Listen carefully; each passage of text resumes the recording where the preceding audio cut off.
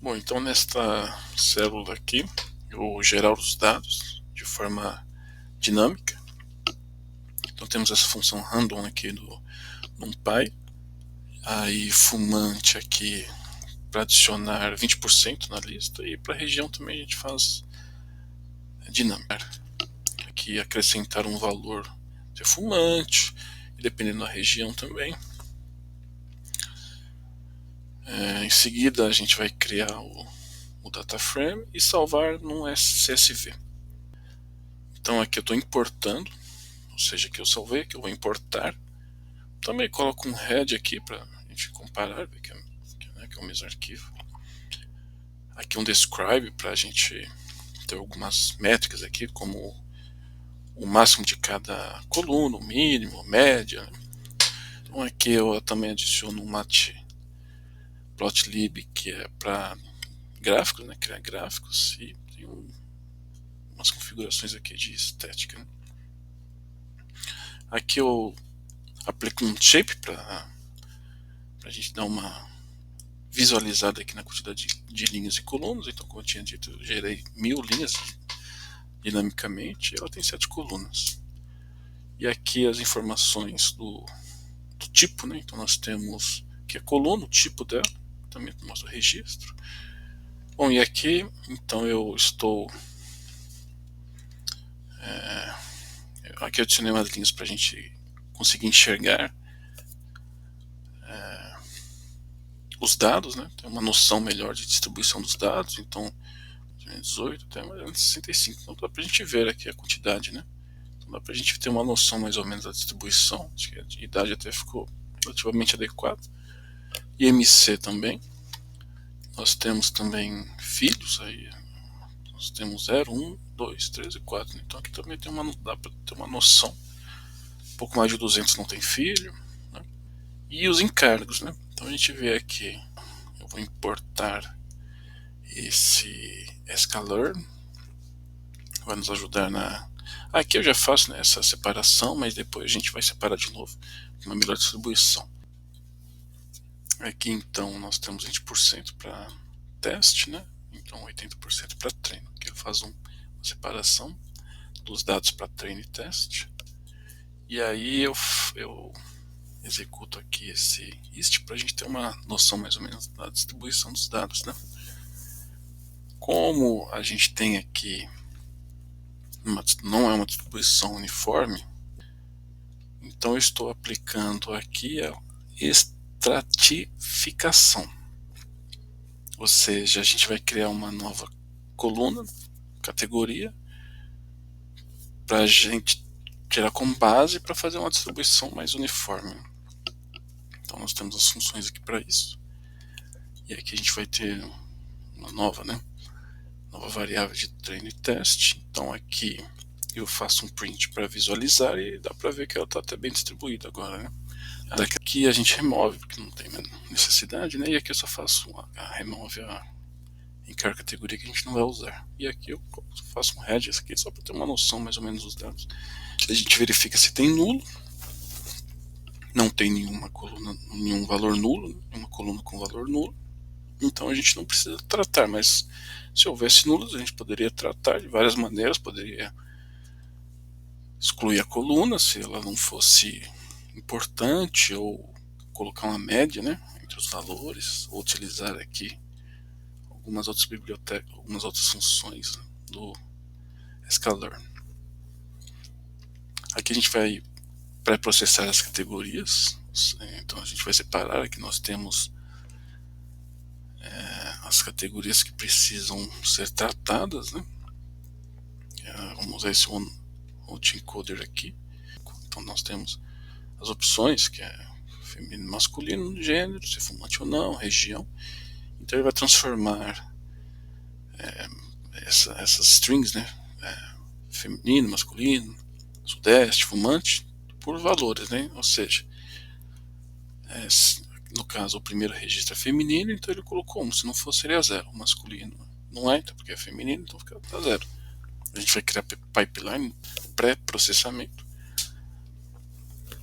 E aqui a gente separa os dados numéricos. Esses aliás, a gente até vai tratar, mas né, precisa criar categorias para eles, né? A gente vai criar para esses caras aqui.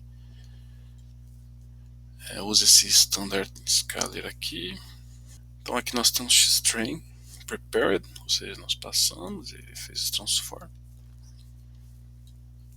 Aqui a gente vai criar, né, então a coluna e o tipo dela, né, o valor. Então a gente vai categorizar. E aqui mostra os 5 primeiros, né? Ou seja, o que ele estava fazendo ali era pegar a coluna e colocar o valor dela aqui, né? Então, ou seja, gênero masculino. Tá. Aí aqui é que entra esse drop first, né? Ou seja, o primeiro lá ele não vai usar, porque se é masculino, se não é masculino, obviamente é feminino, né? Se é masculino, então é feminino, e se não é masculino, é feminino.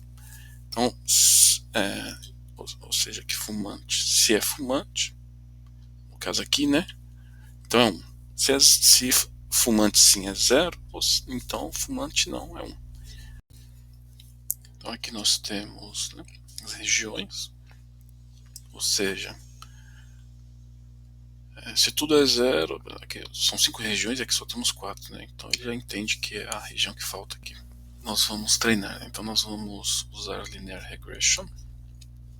A gente instancia e treina. Eu então pego aqui 5 registros de teste, 5 que foram treinados e verifico o valor real, né?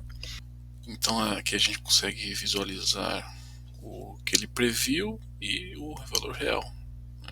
Então os valores até estão relativamente perto, né?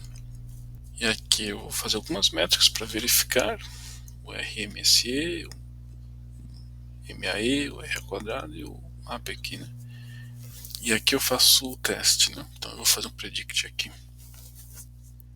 Eu pego um valor de amostra que está na minha lista de testes, pego o valor real para a gente comparar, trato o valor de amostra, né? Porque a gente tem que transformar lá fumante em fumante sim, fumante não, região, aquelas coisas, né? A gente tem que tratar, então eu chamo ele aqui de novo. Aí já temos o valor tratado. Armazena aqui no predict e exibo, né? Então a gente vê aqui que o valor real era 20 mil e ele previu 16 mil e pouco, né? Aqui eu inventei dados, ou seja, são dados que não existem na base de teste, para ter uma ideia se ele está generalizando bem. Faço a mesma coisa, trato o dado, passo pelo predict e exibo o valor. Então aqui para esse cenário diz que é 66 mil. E aí o que eu faço? Eu vou na minha base e pego 5 registros mais parecidos com as entradas, ou seja, idade, gênero, MC, filhos, fumante, região. Ou seja, se verificarmos aqui está dentro do real, né? Ou seja, 66 mil e a média é 67 mil. Então, aparentemente está prevendo bem o valor, né? E aqui a gente tem um gráfico para exibir o esperado e todos os testes, né? Todos os valores de teste. Quanto mais perto da linha vermelha aqui, melhor, né? Então está relativamente bom. E aqui eu verifico também a decision tree.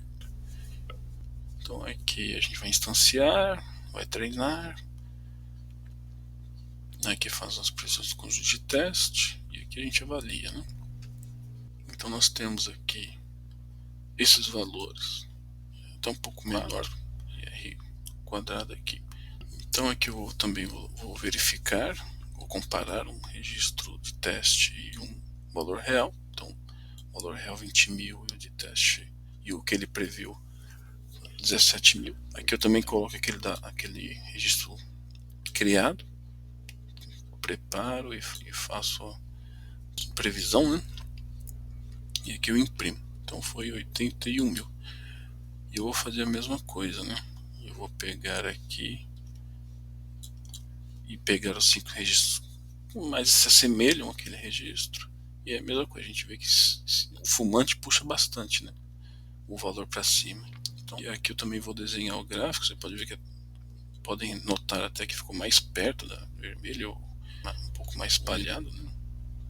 Regressão linear. E aqui Decision Tree, ele está um pouco mais perto, né? Tem a maior parte dos dados. Então eu resumo, eu entendo que a árvore de decisão aqui foi um pouco melhor, né? Lembrando que são 1000 registros, né? Então, para esse caso, eu utilizaria esse Decision Tree aqui.